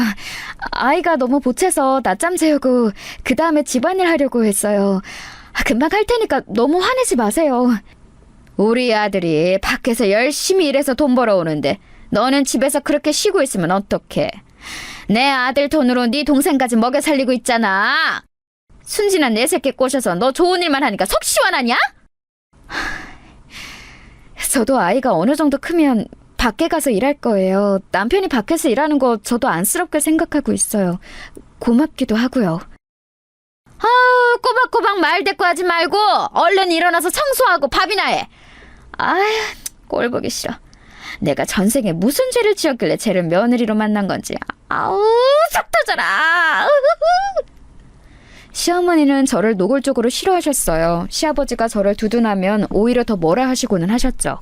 그래서 시아버지도 뒤에서 저를 챙겨주셨어요. 그리고 시어머니의 문제가 있었는데 바로 사치가 너무 심하다는 거였습니다. 시아버지가 회사에 다니며 벌어온 돈을 자꾸 쇼핑하는 데 쓰기 바빴어요. 허영심이 너무 심해서 문제였습니다. 여보, 그 가방은 또 어디서 샀어? 당신 저번 달에도 가방 샀잖아. 왜 자꾸 그렇게 밖에 가서 쇼핑을 해? 우리가 잘 사는 편도 아닌데. 그래도 아끼고 살아야지. 지금 당신 나한테 눈치 주는 거야? 내가 그럼 집에서 집안일하고 열심히 살림하는데 이 정도도 못 사? 아유, 다른 집 남편들은 자기들이 먼저 나서서 가방이나 옷을 사준다고 하던데 우리 집은 내가 가서 사도 뭐라고 하네. 아이고. 시아버지와 시어머니는 이 문제로 많이 다투기도 하셨어요. 옆에서 보면 시아버지가 참 암스럽다고 생각했죠. 속으로 빨리 아이가 크고 제가 돈을 벌면 분가해야겠다고 생각했습니다. 왜냐하면 시어머니는 저뿐만이 아니고 제 동생에게도 눈치를 많이 주었어요. 얘, 너 지금 먹는 그 귤 어디서 난 거야? 내가 아까 시장 가서 사온 것 같은데. 아니야? 우리 아들 주려고 산 걸 네가 왜 먹니? 이제 하다하다 형부 간식까지 뺏어 먹는 거야? 어? 아, 죄송합니다. 학교 갔다 와서 배가 고파서 먹었어요. 먹으면 안 되는 건 줄 몰랐어요. 다시는 안 먹을게요. 죄송해요. 제 동생은 그때 학생이었는데 너무 어린 동생이 시어머니에게 눈치 보며 쩔쩔매는 모습을 보며 얼마나 속상했는지 몰라요. 제가 저기서 동생을 두둔하면 시어머니는 보란듯이 동생에게 더 구박하곤 했습니다. 이런 상황이 반복되자 저는 빨리 시댁에서 나가고 싶었어요. 그래서 남편이 벌어온 돈을 제가 관리하고 싶었습니다. 그런데 이 문제로 시어머니와 얼마나 부딪혔는지 몰라요. 내 아들이 벌어온 돈을 네가 왜 관리해? 너 미쳤니? 이제 대놓고 내 새끼 돈을 가져가겠다고 하는 거야? 지금 공짜로 먹여주고 재워줬더니 은혜를 이런 식으로 갚아? 당연히 생활비는 드릴 거예요. 저희가 아이도 있고 제 동생도 있으니까 돈을 모아서 빨리 독립해야죠. 어머님도 같이 사는 거 불편하시잖아요. 너 나가서 마음대로 살고 싶어서 그러는 거지? 내가 모를 줄 알아? 돈 관리는 내가 할 거니까 다시는 이 문제로 말 꺼내지 마. 한 번만 더 말하면 그냥 네 동생하고 아이 데리고 집에서 쫓아낼 줄 알아. 알겠어? 어머니, 우리가 나가서 살면 서로가 좋잖아요. 저도 내년에 아이 어린이집 가면 나가서 돈 벌어 올 거예요. 그러니까 너무 안 좋게 생각하지 마시고. 조용히 해! 듣기 싫으니까. 내 아들 월급 가져갈 생각은 하지 마. 나가서 살고 싶으면 네가 돈 벌어서 알아서 모아서 나가도록 해. 시어머니는 절대 남편의 월급을 저에게 줄 수 없다고 하셨어요. 실제로 남편이 버는 돈은 시어머니가 다 관리하셨죠. 어머니가 만약 돈을 잘 관리하셨으면 저도 불만이 없었을 거예요. 그런데 어머니는 남편과 아들이 벌어오는 돈으로 본인의 사리사욕을 채우기 바빴습니다. 우리 돈 모아서 빨리 분가하는 게 좋지 않아? 아기도 크면 학교에 보내야 하잖아. 언제까지 어머니 밑에서 살 수도 없고 수영이도 이렇게 같이 사는 거 힘들어 보이고 우리가 돈 관리하겠다고 당신이 말해보면 안 돼? 나도 마음은 그러고 싶지. 그런데 우리 엄마 성격 알잖아. 괜히 말했다가 분란 만들어서 집안 난리 나는 거 보는 게 조금 그래. 지금은 시기가 아닌 것 같고 우리 아들 어린이집 보내면 그때 다시 얘기 꺼내볼게. 일단 지금은 참자. 남편에게 말해도 어쩔 수 없다며 우유부단한 태도를 보였습니다. 어쩔 수 없이 제가 시어머니를 모시고 살아야 하나 싶었는데 문제가 발생했어요. 이 사건은 제 인생에 있어 아주 큰 영향을 미치게 되었습니다. 여기 이진석 사는 곳 맞지? 어이, 당신이 이진석 마누라야? 이 새끼 어디 갔어? 우리 돈 빌려가서 이렇게 잠수 타면 돼? 어? 당장 돈 안 갚아? 우린 뭐 땅 파서 돈 빌려줬나? 무슨 일이세요? 무슨 일이신데 여기까지 와서 그러시는 거예요? 이진석은 우리 남편이 맞아요. 혹시 남편이 돈을 빌렸나요? 마누라는 전혀 모르는 눈치네. 돈을 빌렸냐고? 한두 번 빌린 줄 알아? 도박장에서 눈 시뻘건 채로 지금도 도박하고 있을걸? 우리 돈 빌려서 그런 짓 했으면 빨리 갚을 생각을 해야지. 이 새끼 어디 갔어? 당장 안 나와? 확! 지금은 집에 없어요. 저기요, 잠시만요. 일단 진정하세요. 그렇게 다 던지고 그러시면 안 돼요. 어떡하지? 남편 곧 올 시간이에요. 너무 그렇게 흥분하지 마시고. 이게 무슨 일이야? 태아가 괜찮니? 당신들 누구길래 남의 집에 와서 이렇게 행패를 부리는 겁니까? 경찰 부르기 전에 그만하세요. 아가, 방으로 들어가라. 내가 알아서 하마. 돈 내놓으라고. 당신은 뭐야? 이진석 아빠야? 우리한테 빌려간 4천만 원 당장 갚아. 갚을 돈 없어? 그럼 장기라도 내놓든가. 난데없는 사채업자의 출입에 저는 정신을 차릴 수가 없었어요. 다행히 시아버지가 퇴근하고 올 시간이라 덕분에 위험에서 벗어날 수 있었습니다. 잠시 후에 남편이 집에 왔고 사채업자는 딱 2일 줄 테니 돈을 마련하라고 했죠. 집안 살림을 다 부수고 나가서 태풍이 집에 온 것 같은 모양이 되었습니다. 남편에게 사실이냐고 물어봤더니 이실직고 하더라고요. 도박한 것도 모자라서 사채업자에게 돈을 빌려? 너는 네 자식도 있는 놈이 이래도 되는 거냐? 도대체 왜 그런 짓을 한 거야? 조용히 돈을 모아도 모자라 파네. 왜 이러는 거냐? 그냥 직장 사람들 따라서 재미를 했던 건데 소소하게 시작한 게 이렇게 큰 파장을 일으킬 줄은 몰랐어요. 죄송해요. 아버지, 저도 금방 갚을 줄 알았는데 어떡하죠? 당장 저 돈을 어디서 구해요? 시아버지도 남편에게 크게 화를 냈어요. 평소에 워낙 온화한 분이라 저렇게 화내는 모습을 처음 봤었죠. 저는 남편에게 뭐라 할 힘도 나지 않았습니다. 이 현실을 어떻게 해결해야 할지 고민이 많았어요. 그렇게 심각하게 얘기하고 있는 도중 시어머니가 집에 들어오셨습니다.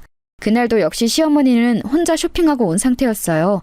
시아버지가 한숨을 쉬고 어렵게 얘기를 꺼냈습니다. 그런데 정말 황당한 일이 일어났어요. 누가 봐도 이 사건은 남편의 잘못이잖아요?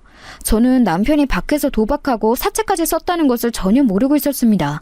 그런데 시어머니가 뭐라고 하셨는지 아세요? 네가 우리 아들은 못 살게 구니까 그런 거 아니야? 내 새끼한테 얼마나 눈치를 줬으면 애가 나가서 도박하고 돌아다니겠냐? 남편은 아내하기 나름인 건 몰라? 이게 다 너 때문이잖아. 며느리 한 명 잘못 들였더니 이 사달이 나네. 아유, 내 팔자야. 어머니, 저는 전혀 모르고 있던 사실이에요. 이 사람이 밖에서 저러고 다닐 줄 누가 알았겠어요? 도박이랑 사채는 저야말로 오늘 알게 된 사실인걸요. 왜 저한테 뭐라고 하세요? 아우, 시끄럽다. 남편이 밖에서 뭐하고 다니는지도 모르는 게 자랑이냐? 네가 우리 아들한테 신경을 많이 쓰고 내조를 잘했으면 될 일인데 당장 저 돈을 어떻게 구하라는 거야? 네가 나가서 뭐라도 해. 당신은 왜 죄 없는 새아가한테 그러는 거야? 당신이야말로 밖에서 오늘은 도대체 뭘 사온 거야? 밖에서 내가 아무리 돈을 벌어오면 뭐해? 당신도 나중에 진석이처럼 사채 끌어다 쓰고 그러는 거 아니야? 어머? 당신은 갑자기 나한테 왜 화살을 돌려? 당신도 저 여우 같은 며느리한테 넘어간 거야? 아휴, 이제 우리 아들도 모자라서 내 남편까지 구워 삶았어? 어? 시어머니는 갑자기 남편 도박의 원인이 저에게 있다며 화살을 돌리셨어요. 너무 황당해서 말도 제대로 나오지 않았습니다. 집안은 순식간에 또 난장판이 되었어요. 아이는 놀랐는지 울고 학교에서 돌아온 제 동생은 또 눈치 보며 방에 있는 상황이 발생했습니다. 저는 순간 이렇게는 안 되겠다고 생각했어요. 저도 그렇지만 동생과 우리 아들을 위해서라도 이렇게 살 수는 없더라고요. 이번에는 어떻게 해결한다 해도 남편이 또 사채를 쓰면 집안이 난리나게 뻔했거든요. 더는 못 참아요. 이렇게 살다간 제 인생이 완전히 망할 것 같아요. 그냥 이혼할게요. 어머님, 그렇게 잘난 당신 아들 끌어안고 평생 사세요. 뭐? 지금 너 말 다 했어? 지금 무슨 말을 하는 거야? 내가 이럴 줄 알았어. 이러니까 근본도 없는 부모 없고 고등학교도 졸업 못한 애랑 왜 결혼하겠다고 한 거야?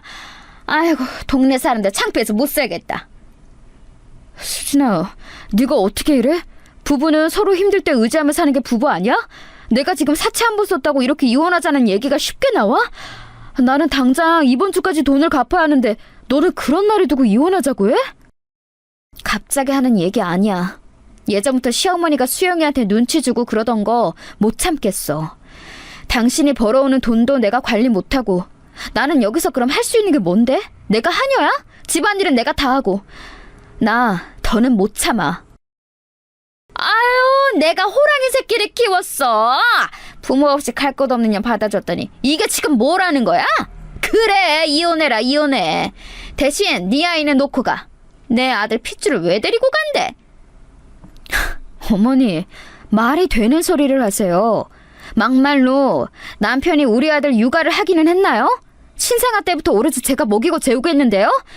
무슨 일이 있어도 제 아이는 포기 못해요. 이혼하자는 얘기를 꺼내자 시어머니와 남편은 크게 동요하기 시작했어요. 시아버지는 중간에서 한숨을 푹푹 쉬며 아무 말도 하지 않았습니다. 급기야 시어머니는 우리 아들을 놓고 가라고 하더라고요. 평소에 육아를 아무도 도와주지 않았으면서 무슨 염치가 있어서 저러는 건지 모르겠더라고요. 그래, 우리 아들을 놓고 가. 나는 수진이 네가 이렇게 나를 버릴 줄은 꿈에도 몰랐어. 너무 실망했다. 그리고 이혼할 거면 그동안 수영이가 우리 집에서 먹고 잔 비용 다 내고 가. 지금 뭐라는 거야? 그렇게 치면 내가 여기서 일한 비용도 다 내. 종일 새벽부터 일어나서 청소하고 빨래하고 혼자 요리도 다 했는데 그 돈 월급으로 환산해서 내놔. 너랑 네 동생이 우리 집에서 먹고 잔 비용이 훨씬 많을걸? 아, 결국 너도 돈 때문이었구나. 돈이 그렇게 좋아? 지금 내가 돈 없어서 이혼하자는 거잖아. 이제껏 편하게 내 돈으로 살았으면서 사람이 어떻게 이렇게 변하니? 오빠, 얘기는 똑바로 해. 내가 언제 당신 돈으로 편하게 먹고 살았어? 나는 당신 월급 만져본 기억도 없어. 항상 시어머니한테 비굴하게 생활비 달라고 해서 조금 받으면 그걸로 생활했어. 이혼 얘기가 나오니 남편은 다른 사람처럼 돌변했어요. 사람이 돈과 관련되니 태도가 싹 변하더라고요. 그렇게 시어머니와 남편과 편을 먹고 저는 이혼을 가지고 얼마나 싸웠는지 모릅니다. 급기야 시어머니와 남편은 제 동생에게도 뭐라 하기 시작했죠. 처제, 내가 결혼 전에 수영이 너한테 얼마나 잘해줬는지 기억해? 너희 언니는 그렇게 받아먹을 건 다 받아놓고 사람이 저래도 되는 거야? 네가 네 언니한테 말이라도 해봐, 어? 지금 내 동생한테 왜 그러는 거야?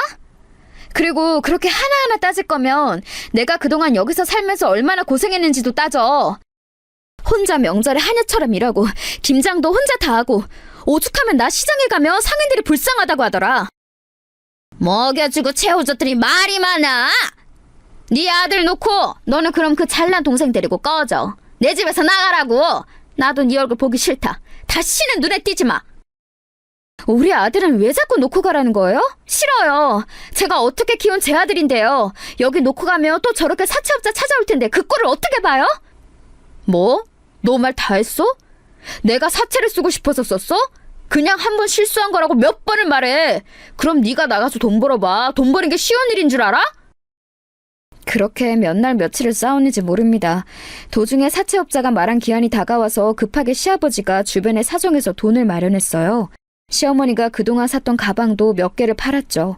겨우 급한 불은 껐지만 앞으로가 걱정되는 것은 어쩔 수 없었습니다.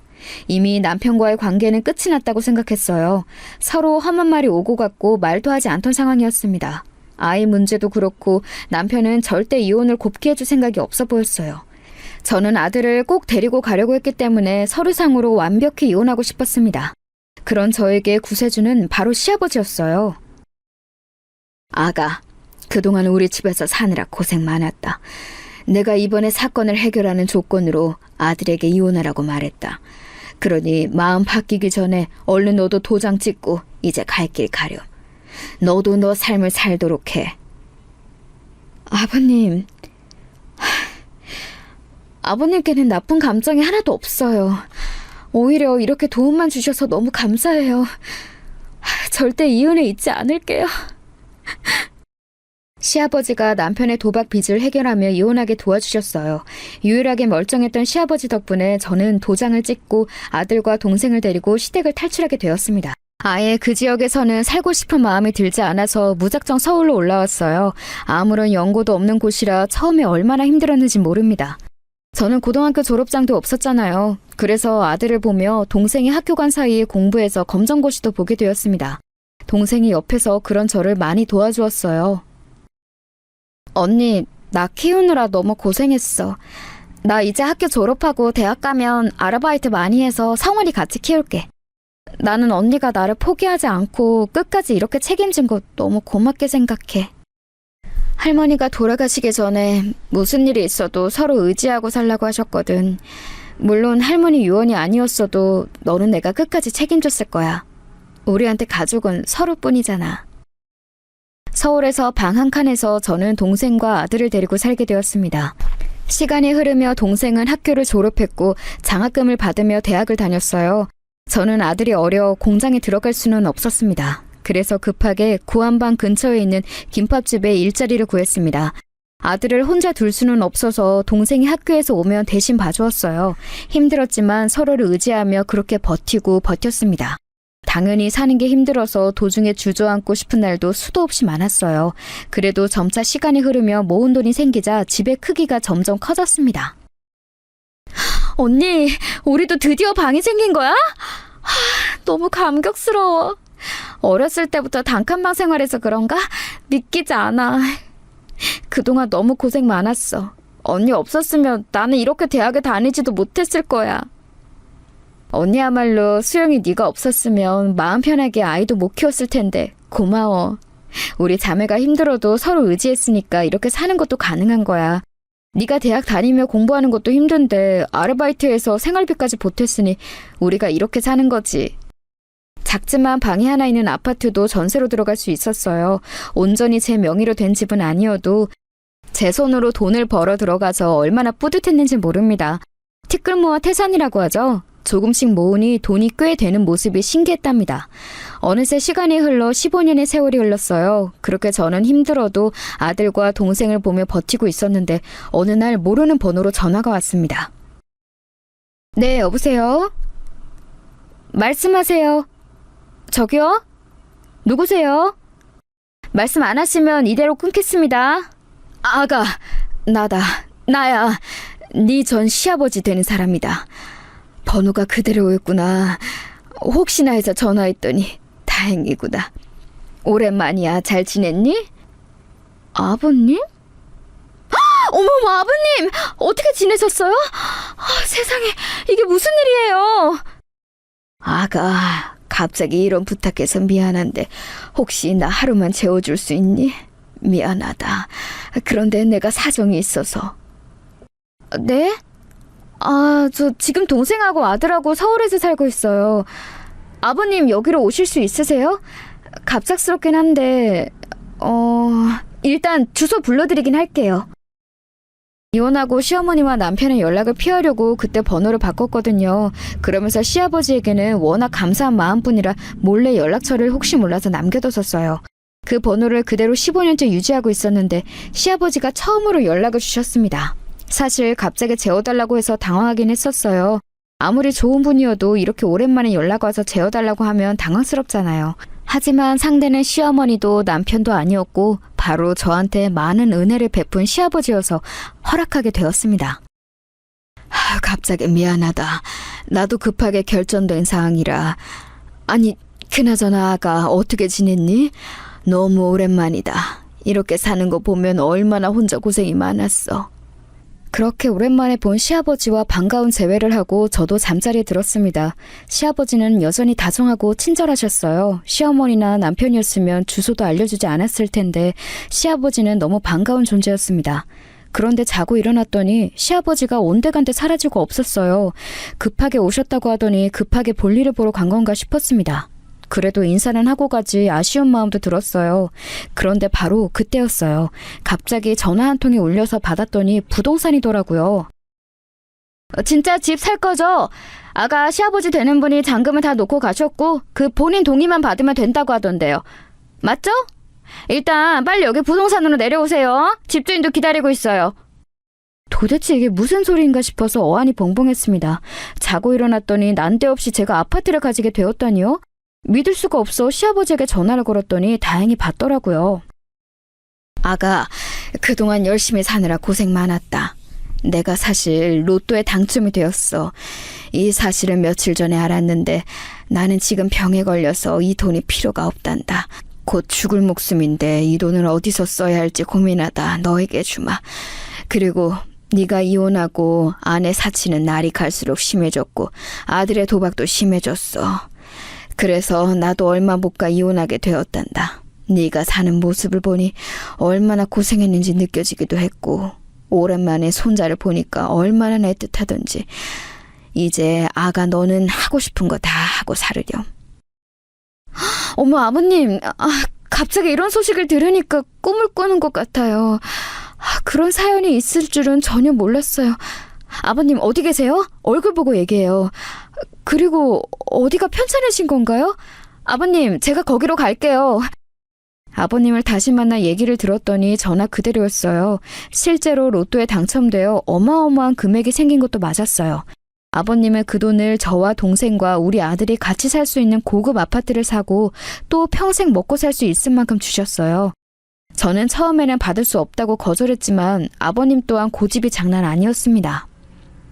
나는 아직도 어렸을 때 네가 힘들게 우리 집에서 새벽부터 일어나서 집안일 하던 게 머릿속에 생생하단다.